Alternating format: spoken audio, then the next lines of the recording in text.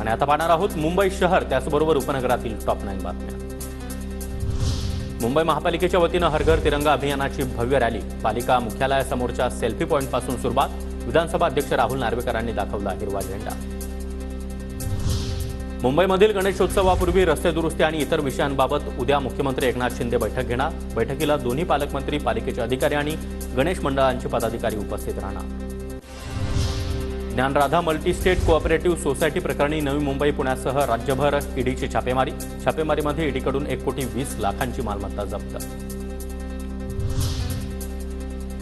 Mumbai cricket असोसिएशनचे नवनिर्वाचित अध्यक्ष अजिंक्य नायकांनी शरद पवारांची भेट घेतली आणि आभार मानले। एमसीए अध्यक्षपदाच्या पोटनिवडणुकीमध्ये शरद पवारांनी दिला होता पाठिंबा। आयएनएस विक्रांत निधी प्रकरणी किरीट सोमय्यांच्या अडचणी वाढणार। मुंबई पोलिसांचा क्लोजर रिपोर्ट कोर्टानं फेटाळला।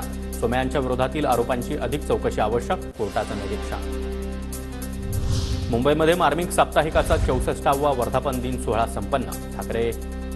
उद्धव ठाकरे यांच्या उपस्थितीमध्ये मार्मिकच्या वर्धापन दिन विशेषांकाचं प्रकाशन। दादरच्या शिवाजी मंदिर सभागृहामध्ये कार्यक्रम संपन्न। ज्येष्ठ गायिका अनुराधा पौडवाल यांना 2024चा गानसम्राज्ञी लता मंगेशकर पुरस्कार जाहीर, तर संजयजी महाराज पाचपोर यांना ज्ञानोबा तुकाराम पुरस्कार मिळणार।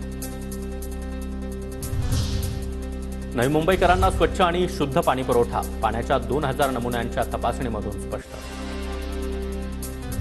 नवी मुंबई एपीएमसी मार्केटमध्ये कांद्याच्या दरात वाढ। कांदा 32 ते 38 रुपये प्रति किलो। आवक कमी झाल्यानं कांदा महागला।